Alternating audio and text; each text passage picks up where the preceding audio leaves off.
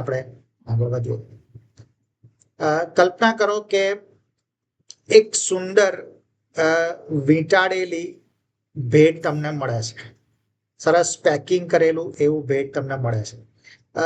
એનું જે રેપર છે એ બહુ સરસ છે, બહુ મોંઘું છે અને વ્યવસ્થિત રીતે એને પેક કરેલું છે. એની રિબિન પણ બરાબર સંપૂર્ણ તેને બાંધેલી છે અને બોક્સ જોવામાં જ બહુ આકર્ષક લાગે છે, બહુ મોંઘું લાગે છે, બહુ સરસ લાગે છે.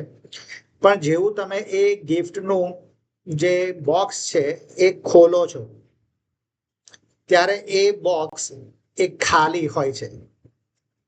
જો આવું બોક્સ તમને મળે અને ખાલી હોય તો તમને કેવું લાગે?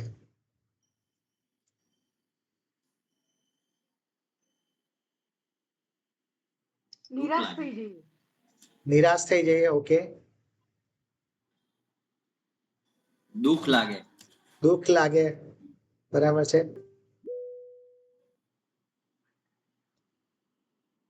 પ્લીઝ તમારા લોકોનું શું કેવું છે? ગિફ્ટ ને જીવનમાં ગિફ્ટ ને એ બધી વસ્તુ પર બહુ આશા નહીં રાખવાની કે આપણને કઈ ને કઈ જીવનમાં કઈ ને કઈ મળે જ. ઓકે, ભલે ખાલી બોક્સ મળે તો બી કઈ ફરક નહીં પડે મને તો. અચ્છા, ઓકે. એટલે તમારું પર્સનલ એવું માનવું છે કે ખાલી ગિફ્ટ હોય તો બહુ વાંધો નથી, એમ ચાલશે? મને કોઈ વાંધો નથી, ચાલશે. ઓકે, ઓકે, સરસ. ઓકે, સો આપણે અલગ અલગ બહુ આશા નહીં રાખવાની કે અહીંયાથી મને આ મળશે તે મળશે. કોઈ બી જગ્યા પરથી જીવનમાં આશા નહીં રાખવાની એમ. ચોક્કસ, ચોક્કસ. પણ આ તો તમે આશા રાખી નથી, પણ તમને ગિફ્ટ મળી રહી છે, બરાબર? અને તમે બોક્સ ખોલો છો અને પછી એ ખાલી હોય તો આપણને કોઈ રીતે, આપણે સામાન્ય રીતે જો માણસ સ્વાભાવિક રીતે માનવીય લાગણી તરીકે આપણને તો દુઃખ લાગે છે, નિરાશ થઈ જઈએ, આપણને કદાચ ગુસ્સો આવે. અને જો કદાચ નામ લખેલું હોય તો એ નામ લખેલા વ્યક્તિને આપણે ઓળખતા હોઈએ તો એને ફોન કરીને ઠપકો પણ આપીએ અને એને અથવા તો જો ઠપકો ના આપીએ તો બી મનમાં ભરી રાખીએ અને જ્યારે એના ત્યાં કશું ગિફ્ટ આપવાની થાય ત્યારે આપીએ જ નહીં, અથવા તો આપણને જેમ અપમાન લાગ્યું છે એવી રીતે એમનું અપમાન કરવાનો પ્રયત્ન કરીએ. રાઈટ? સો આપણે આવું બધું વિચારતા હોઈએ છીએ અને કરીએ છીએ, રાઈટ? એટલે ખરેખર તો અમે આ બધી પરિસ્થિતિનો વિચાર કરીએ ને તો તમને એવું ખબર પડશે અને આપણે સમજી શકીશું કે વધારે મહત્વનું શું હતું. બાહ્ય જે સરસ રેપિંગ કરેલું હોય, બોક્સ આકર્ષક હોય, એ વધારે મહત્વનું હતું કે અંદરની જે ગિફ્ટ હોય તે વધારે મહત્વની હતી?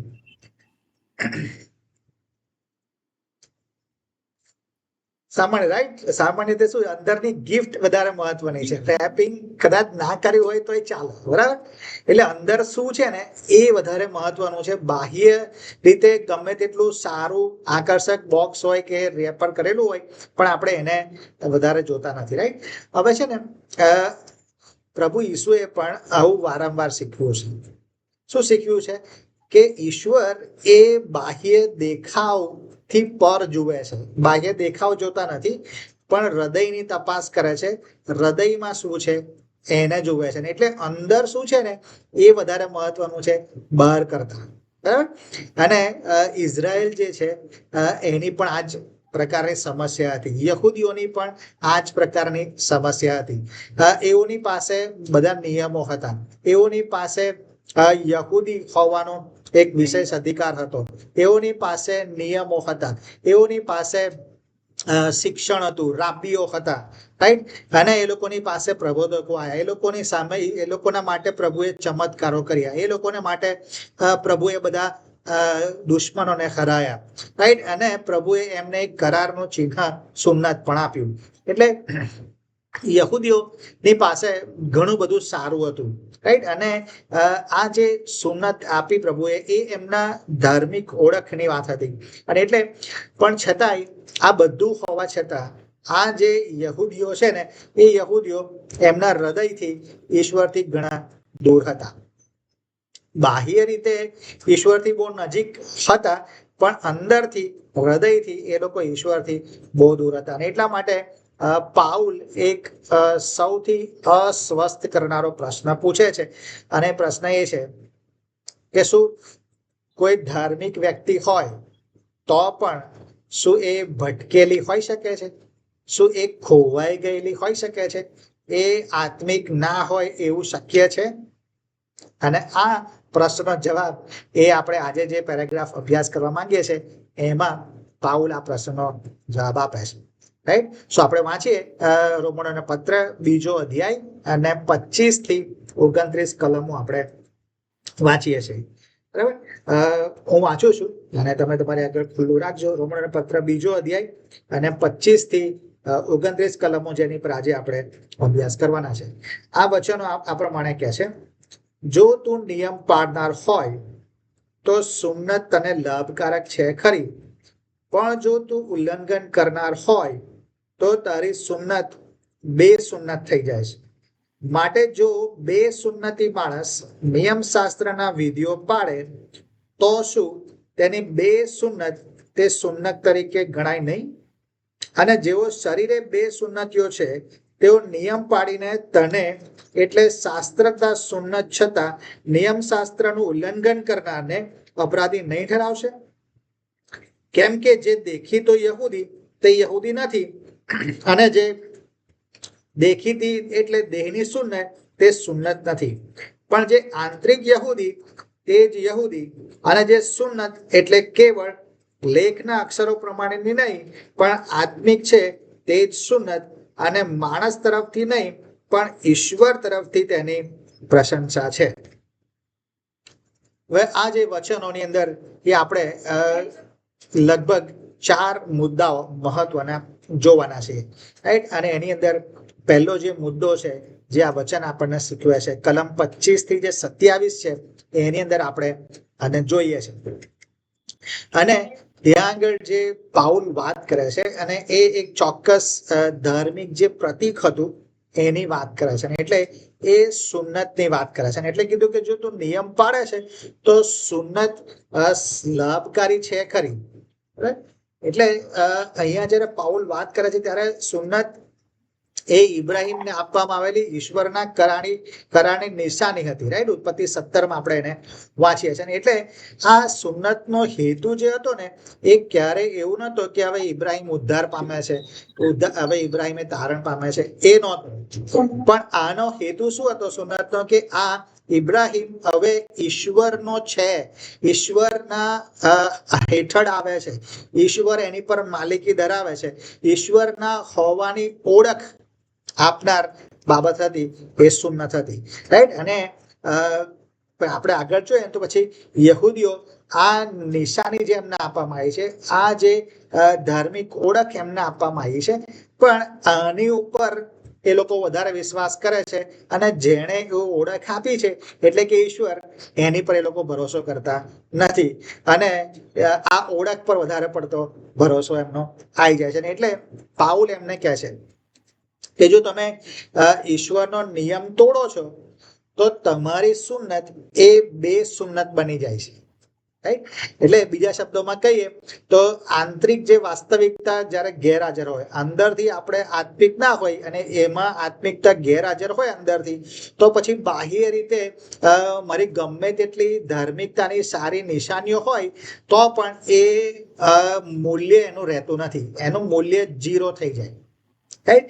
ને એટલે જે સિદ્ધાંત અહીંયા આપણે શીખીએ છીએ ને સિદ્ધાંત શું છે કે આજ્ઞા પાલન વગર ધાર્મિક પ્રતીકો નિરર્થક છે.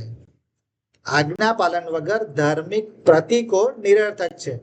ધાર્મિક વિધિઓ જે આપણે પાડીએ એ ક્યારે આજ્ઞા પાલનનું સ્થાન લઈ શકે નહીં. આ એક ચોક્કસ સિદ્ધાંત બાઇબલનો છે અને એ કહે છે કે આપણે ધાર્મિક વિધિઓ એ ક્યારેય આજ્ઞા પાલનનું સ્થાન લઈ શકતા નથી. હવે આપણે એવું વિચાર કરીએ કે આપણે રસ્તા ઉપર પેલા ટ્રાફિક સિગ્નલ હોય છે ને એનો વિચાર કરીએ. રાઈટ.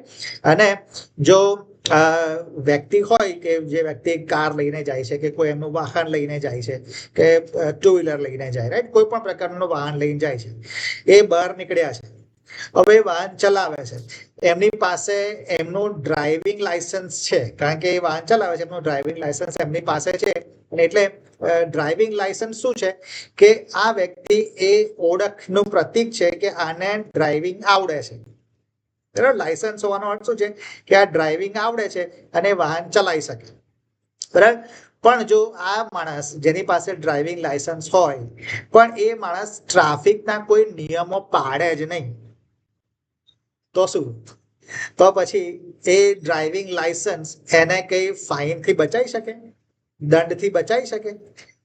ના બચાવી શકે, રાઈટ? એટલે લાયસન્સ હોવું એ નિયમો પાડવાની શરત છે, પણ નિયમો તોડવાનો પરવાનો નથી, રાઈટ? એટલે ડ્રાઇવિંગ લાયસન્સ છે ને એ ટ્રાફિકના નિયમ પાડવાની શરત છે કે ઓકે યસ પાડવાનો નિયમ, પણ પછી ડ્રાઇવિંગ લાયસન્સ હોવાનો અર્થ એવો નથી કે કોઈ ટ્રાફિક નિયમ પાડવાના જ નહીં, રાઈટ? એવી જ રીતે આપણું જે ધાર્મિક જે આપણી ઓળખ છે એ ઓળખ હોય, પણ જો એનો અર્થ એવો નથી કે આપણે કોઈ પણ પ્રકારના આત્મિક જે નિયમો છે, આત્મિક સિદ્ધાંતો છે એને પાળવાની જરૂર નથી. હવે દાખલા તરીકે અત્યારે આપણે જેમ આ લોકોની પાસે સુન્નત હતી ધાર્મિક ઓળખ, આજે આપણી પાસે પણ ઘણી બધી ઓળખ છે. દાખલા તરીકે બાપ્તિસ્મા, રાઈટ?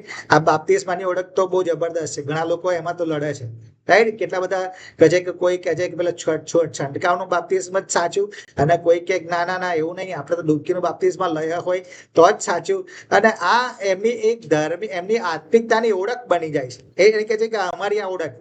અને કેટલાક લોકોને તો એવું પણ હોય છે કે બાપ્તિસ્મા થાય ને તો હવે મારું તારણ થઈ ગયું, મારું બાપ્તિસ્મા થઈ ગયું છે એટલે હું સ્વર્ગમાં જવાનો, પ્રભુએ મને અનંત જીવન આપી દીધું છે, એવું પણ માને છે. એટલે બાપ્તિસ્મા હોય કે ચર્ચનું સભાસદ પણ આપણી પાસે હોય કે પ્રભુ ભોજન આપણે રેગ્યુલર લેતા હોય, કોઈ પણ રવિવાર મહિનાનો જે પહેલો રવિવાર આપણા સુરતના પ્રમાણે ચાલે છે એવું બધા જ રવિવાર પાડીએ, પહેલો રવિવાર દર મહિનાના પહેલા રવિવારે જઈએ, બાકીના રવિવાર ના જઈએ તો ચાલે, પણ પહેલો રવિવાર જઈએ, બરાબર? અને ખ્રિસ્તી પરિવારમાં જન્મ લીધો હોય, સેવાકીય રીતે આપણી પાસે સારું પદ હોય, બાઇબલનું સારું જ્ઞાન હોય, આ બધી ધાર્મિક ઓળખ છે, બરાબર? આ બધી ધાર્મિક ઓળખ છે, પણ આ ધાર્મિક ઓળખ છે ને એ આપણને ક્યારેય પણ બચાઈ શકે નહીં, એ આપણને તારણ ના આપી શકે. એટલે આ બધા ધાર્મિક જે ઓળખ છે, ધાર્મિક જે પ્રતીકો છે એ આજ્ઞા પાલન વગર નકામા છે, એને આપણે પાડવા જ પડે. આપણી જે ઈશ્વરે જે ધારાધોરણો આપ્યા છે એ ધારાધોરણો જો ના પાડવામાં આવે તો આ બધા પ્રતીકો કોઈ પ્રકારના કામમાં આવતા નથી. એક બીજું સરસ આપણે ઉદાહરણ વિચાર કરી શકીએ, અને એ છે લગ્નની વીંટી, બરાબર? લગ્નની વીંટી જો પહેરી હોય, બરાબર, તો એ સાબિત કરે છે કે લગ્ન થઈ ગયું છે, બરાબર? પણ એ વીંટી પહેરી લેવાથી લગ્ન નહીં થતું.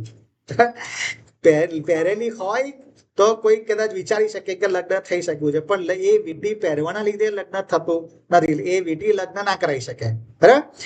અને એટલા માટે શું થાય, પછી એ વીંટી પહેરે ખાલી ઘરેણું બની જાય, સંબંધ ના હોય તો, બરાબર?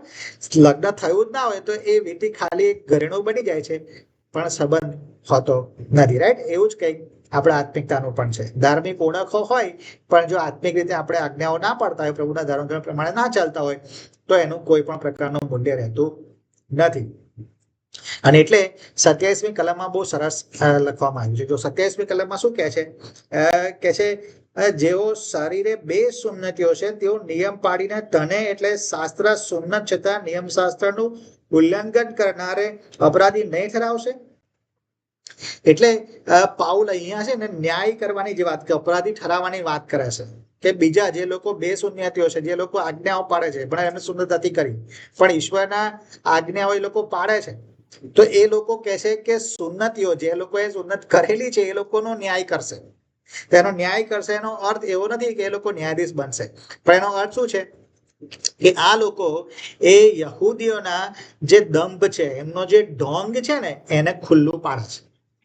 એ લોકોનો દંભ, એ લોકોનો ઢોંગ, એ લોકોની ખોટી બાબતો એ પૂરું પાડે છે, એ બહાર પાડે છે. કેમ? કારણ કે આ યહૂદીઓ પાસે તો વિશેષ અધિકાર હતા, એ લોકોએ તો વધારે વિશ્વાસુ રહેવાની જરૂર હતી, પણ એ લોકો રહેતા નથી. એટલે જે લોકો ભલે એ ઓળખમાં નથી, કદાચ એ દેવા આપણા સંદર્ભ વિચાર કરીએ તો જે લોકો કદાચ બાપ્તિસ્મા નથી લીધેલું, કદાચ એ લોકો ચર્ચના સભ્ય નથી, કદાચ એ લોકો પ્રભુ ભોજન લેતા નથી, કદાચ એ લોકોનો ખ્રિસ્તી કુટુંબમાં જન્મ થયો ના હોય, એ લોકોની પાસે બાઇબલ એ ના હોય, એ લોકો કોઈ પ્રકારની સેવા ના કરતા હોય, પણ આત્મિક રીતે ઈશ્વરના જે ધારાધોરણો છે જો એ પાળતા હોય તો ન્યાયકાળે આ લોકોનું જીવન એ પેલા યહૂદીઓની વિશ એટલે કે આપણા ખ્રિસ્તીઓ માટે એ એક સાક્ષી રૂપ બનશે કે તમે ખોટા હતા ના માણસ સાચો હતો, રાઈટ.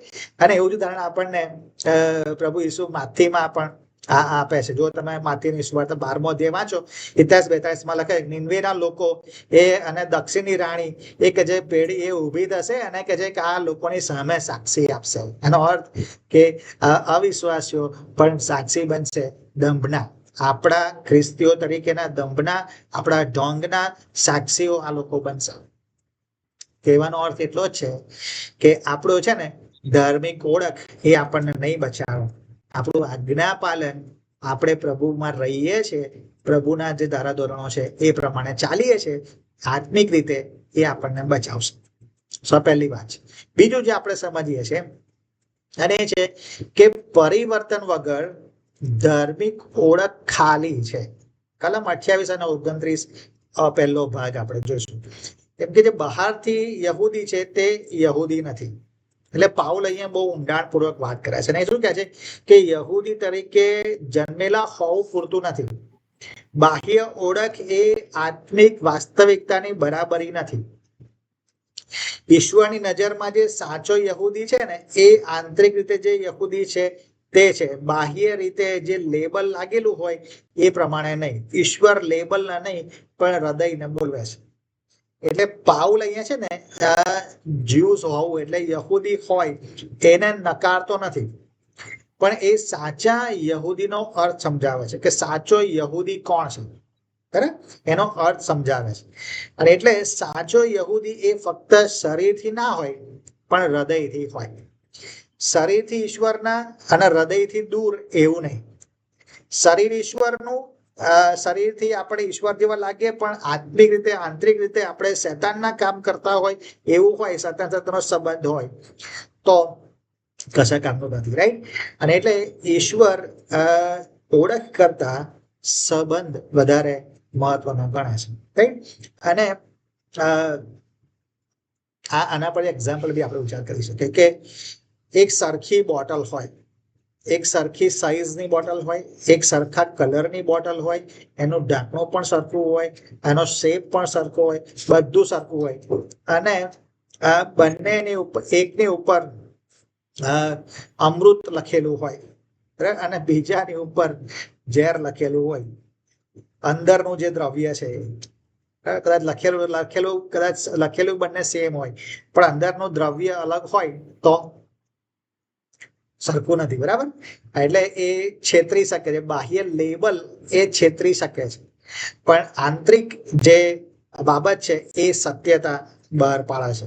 અને એટલે ઈશ્વરે આ શાસ્ત્રીઓ અને ફરોશીઓનો પણ આ રીતે જ પ્રભુ ઈસુએ પણ એમને કહ્યું કે જેઓ એ બહારથી શુદ્ધ દેખાય છે પણ અંદરથી તે લોકો નિર્જીવ છે. માથી 23 એ લોકો કહે છે, બરાબર.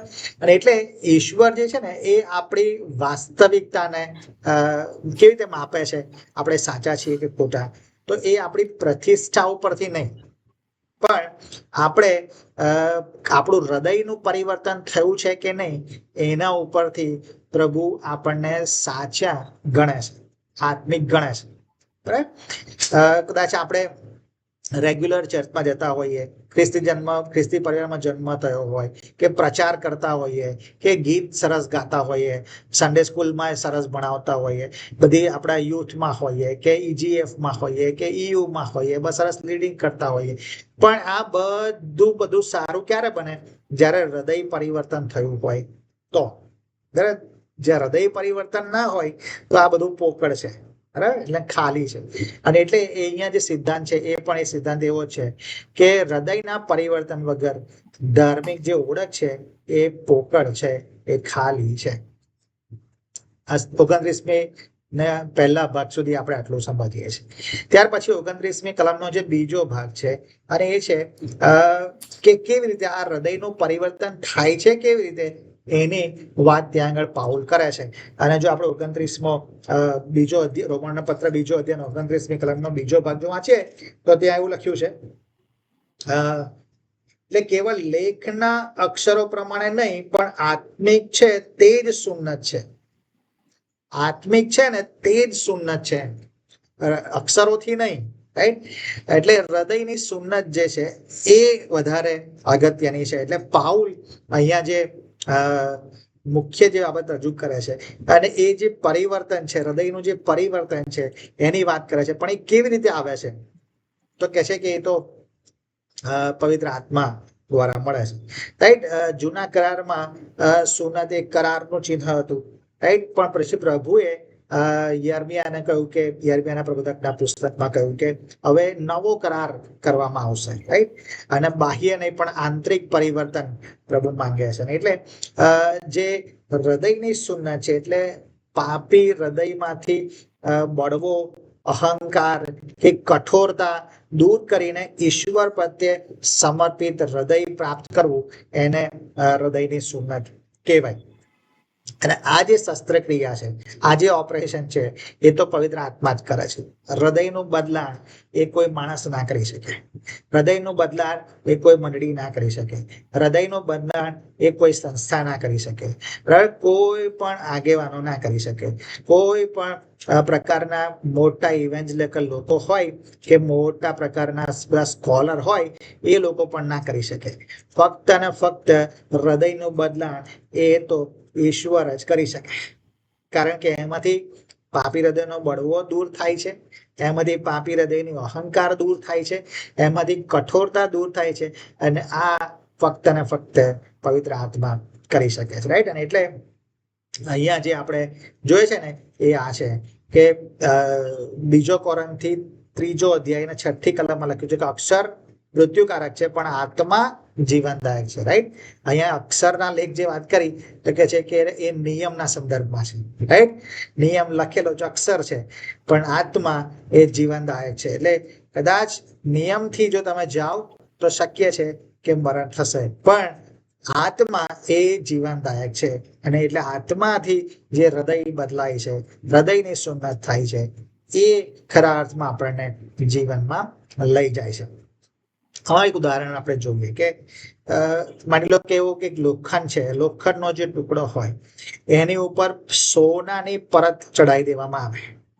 સોનાનો આખો પેલો એની પર આખી પરત ચડાવીને ઢોળ ચડાવી દેવામાં આવે, રાઈટ? તો કે સોનું થઈ જાય, રાઈટ? એ સોનું થતું નથી, રાઈટ? બહારથી ભલે સોનું દેખાય, રાઈટ, પણ અંદરથી તો એ લોખંડ જ છે, એ લોખંડ બદલાય નહીં, બરાબર? અને એટલે જો એ બહારથી અંદરથી સોનું કરવું પડે તો લોખંડના બધા ગુણધર્મ જ કાઢી નાખવા પડે અને એમાં સોનાના ગુણધર્મ મૂકવા પડે તો એ સોનું બને, બરાબર? એક્ઝેક્ટલી આપણા જીવનમાં પણ આવું છે. આપણું હૃદય એ લોખંડ જેવું છે, રાઈટ? અને આત્મિકતા એ ગોલ્ડ છે, સોનું છે. એટલે જો આ ઉપરથી ચડાયેલું હોય ને તો અંદર તો કઠોરતા જ હોય, બરાબર? લોખંડ જેવી કઠોરતા જ હોય, એમાં કશું જ સારું હોય નહીં, બરાબર? અને એટલે જો અંદરથી બદલવું હોય તો અંદરથી સોનું થવું હોય તો એ આ જે કઠોરતા છે એ પવિત્ર આત્મા જ તોડી શકે છે, નમ્ર બનાવી શકે છે. અને પવિત્ર આત્મા જ આપણને શિક્ષણ આપે છે, પવિત્ર આત્મા જ આપણને શિષ્ટાચાર આપે છે, અને પવિત્ર આત્મા જ આપણા વ્યવહારને, આપણા વિચારને, આપણા વર્તનને મઠારે છે અને આપણને એ સોનાની પ્રકૃતિ એટલે કે આત્મિક પ્રકૃતિ, આત્મિક સ્વભાવ આપે છે, રાઈટ? સો પહેલા 2 મુદ્દા આપણે એવા જોયા કે બાહ્ય રીતે બધું ખાલી ને પોકળ છે, પણ પરિવર્તન કેવી રીતે આવે છે તો એ છે કે પવિત્ર આત્મા દ્વારા પવિત્ર આવે છે. ઓકે? અને છેલ્લું જે જોયા છે 29મી કલમનો 3જો ભાગ, અને એમાં પાઉલ અને ઈશ્વર એવું કહેવા માંગે છે કે જે પ્રશંસા છે ને એ પ્રશંસા તો કે છે માણસો તરફથી નથી, પણ કોના તરફથી છે? ઈશ્વર તરફથી છે, માણસ તરફથી પ્રશંસા નથી. અહીંયા ઇન્ટરેસ્ટિંગ વાત બહુ સરસ છે. અહીંયા છે ને પાઉલ એ છે ને પેલું વર્ડ પ્લે કરે છે, જે શબ્દોની રમત પાઉલ અહીંયા રમે છે. શું વાત કરે છે જો, હવે યહૂદી છે ને, યહૂદી શબ્દ જ્યુઝ જે શબ્દ છે એ યહૂદી શબ્દ યહૂદા પરથી આવ્યો છે, બરાબર? અને યહૂદાનો અર્થ થાય સ્તુતિ અથવા તો પ્રશંસા, બરાબર? એટલે પાઉલ અહીંયા શબ્દોની રમત શું કરે છે કે સાચો યહૂદી છે ને એ પ્રશંસાની પાત્ર કોના તરફથી છે? ઈશ્વર તરફથી. જે સાચો યહૂદી છે એ ખરેખર ઈશ્વર તરફથી પ્રશંસા પામશે, પણ જે સાચો યહૂદી નથી એ પ્રશંસા પામતો નથી. એટલે યહૂદી હોવું, પણ કઈ રીતે યહૂદી હોવું જોઈએ? ઈશ્વર જે ઈચ્છે છે એ પ્રકારે યહૂદી હોવું જોઈએ. માણસ તરફથી જે પ્રશંસા છે ને એ યહૂદી નથી. બરાબર, માણસ તરફથી જે પ્રશંસા કરવામાં આવે ને એ યહૂદી નથી. બરાબર, પણ જે ઈશ્વર તરફથી પ્રશંસા કરવામાં આવે પ્રશંસા એટલે યહૂદી. ઈશ્વર જેને સમજે છે, ઈશ્વર જેને આત્મિક ગણે છે એ ખરેખર યહૂદી છે. અને એટલા માટે સિદ્ધાંત અહીંયા એવો છે કે પૃથ્વીની તાળીઓ કરતા સ્વર્ગની શાબાશી વધારે મહત્વની છે. અને લગભગ 2-1 વર્ષ પહેલા મેં એક કોટેશન લખેલું અને એ કોટેશન બહુ સરસ હતું. ને એ કોટેશન એવું હતું કે દુનિયાનો સૌથી મોંઘો જે તાજ હોય ને, જે સૌથી મોંઘો મુંગટ, એ તાજ પહેરવા કરતા મારા ઈશ્વર તરફથી મળતા ચાકરનો જે ખિતાબ છે ને એ વધારે મૂલ્યવાન છે. આનો હીરા જડિત હોય કે પછી પેલું પ્લેટિનમ જડિત હોય ને એવો તાજ પહેરવા કરતા હું સ્વર્ગમાં ચાકરનો ખિતાબ મેળવું ને એ વધારે મહત્વનો છે. અને અહીંયા એ જ વસ્તુ છે કે ઈશ્વર તરફથી આપણને પ્રશંસા મળે, ઈશ્વર તરફથી હું યહૂદી કહેવાઉં, એ વધારે અગત્યનું છે. રાઈટ? અને એટલે આપણે એ પ્રકારના બનવાની જરૂર છે, કારણ કે માનવીય જે પ્રશંસા છે ને એના કરતા ઈશ્વરની જે મંજૂરી છે એ વધારે શ્રેષ્ઠ છે. ઈશ્વર મને એક્સેપ્ટ કરે, ઈશ્વર મને સ્વીકારે, એ વધારે બેસ્ટ છે. બીજું એક એક્ઝામ્પલ બહુ સરસ છે. અને એક્ઝામ્પલ એવું છે કે માની લો કે એવું થાય કે કોઈ બહુ મોટું સ્ટેજ હોય અને એ સ્ટેજ ઉપર તમે પરફોર્મ કરી રહ્યા હોય અને તમે બહુ સરસ પરફોર્મ કર્યું. કદાચ તમે જો ગાયક સિંગર છો અને તમે બહુ જ સરસ ગાયું અને આખા જેટલા પણ લાખો લોકો તમને સાંભળી રહ્યા છે અને એ બધા લોકો એ બહુ જ સરસ રીતે તાળીઓ પાડે અને બધા ઊભા થઈ જાય અને બહુ જ માન આપે કે બહુ જોરદાર. પણ આ જે સંગીતકાર છે એ સંગીતકાર એ સ્ટેજના ખૂણામાં જેનો ગુરુ છે એની સામે જુએ છે. અને આ જે સ્ટેજ ઉપર બધા લોકો તો સામેની ઊભા છે, તાળીઓ પાડે છે, પણ આ સિંગર એ પેલા ગુરુની સામે જોવે છે અને ગુરુ એ માથું ધુણાવે છે અને કહે છે કે ના, બરાબર નથી. તો શું થાય? ભલે એને ગમે તેટલી તાળીઓ મળી પણ એના ગુરુએ એને સ્વીકાર્યું નહીં, એના ગુરુએ એને ના પાડ્યું. અને એટલે કલાકારને માટે લોકોની પ્રશંસા કરતા એના ગુરુ જે કહે ને એ વધારે મહત્વનું હોય છે. ને એક્ઝેક્ટલી આપણા માટે પણ છે. આખી દુનિયા આપણા માટે વાહ વાહ કરે, અરે બહુ ગજબની વાત કરે, પણ જો ઈશ્વર મને એવું ના કે શાબાશ વિશ્વાસુ ચાકર, તો મારે કોઈ જ કામનું નથી, કોઈ જ કામનું નથી. ભલે ગમે તેટલું સારું કર્યું હોય પણ એ કશા જ કામનું રહેતું નથી. એટલે પાઉલ અહીંયા આપણા માટે એક પ્રશ્ન મૂકે છે. એ પ્રશ્ન એ છે કે શું હું ફક્ત બાહ્ય રીતે યહૂદી છું, કે બાહ્ય રીતે ધાર્મિક છું, કે પછી મારો આંતરિક રીતે નવો જન્મ થયો છે? શું ફક્ત બાહ્ય ધાર્મિક વિધિઓ, બાહ્ય પ્રતિષ્ઠા, લોકો જે પ્રતિષ્ઠા આપે છે એ, કે બાહ્ય ધાર્મિક ઓળખ ઉપર ભરોસો રાખું છું, કે મારા ઈશ્વર જે મારા હૃદયને જુએ છે એ હૃદયને હું સલામત રાખું છું? ધાર્મિક પ્રતીકો સાથે આજ્ઞા પાલન હોય ને એ જરૂરનું છે. એનો અર્થ એવો નથી કે આપણે ચર્ચમાં જવાનું બંધ કરી દેવાનું, કે બાપ્તિસ્મા લેવાનું બંધ કરી દેવાનું, પ્રભુ ભોજન લેવાનું બંધ કરી દેવાનું. એ વાત નથી. એ બધું બરાબર છે, કરવાનું છે, પણ એની સાથે આપણું આજ્ઞા પાલન હોય એ જરૂરનું છે. આપણી ધાર્મિક ઓળખ કરતા વધારે આપણું આંતરિક પરિવર્તન થયું હોય એ વધારે અગત્યનું છે. અને એ આત્મિક પરિવર્તન એ પવિત્ર આત્મા કરે છે. અને એટલે પવિત્ર આત્માને આપણે કામ કરવા દઈએ એ વધારે અગત્યનું છે. અને ત્યાર પછી છેલ્લું એ છે કે આપણી સાચી જે સ્વીકાર્યતા છે એ તો ઈશ્વર તરફથી છે, લોકો તરફથી નથી. અને એટલે આજે આપણે વિચાર કરી શકીએ આપણે પોતાની જાત માટે વિચાર કરી શકીએ કે હું ધાર્મિક છું પણ મારી ઈશ્વર સાથે સંબંધ નથી. હું ચર્ચમાં જાઉં છું પણ હું ખ્રિસ્તનો નથી. મારી પાસે વિધિઓ છે પણ મારી પાસે નવું જીવન નથી. પણ આજે પ્રભુ આપણને ધાર્મિક બનવા માટે નહીં પણ નવું હૃદય પ્રાપ્ત કરવા માટે, પ્રભુ તરફથી પ્રશંસા પ્રાપ્ત કરવા માટે આમંત્રણ આપી રહ્યા છે.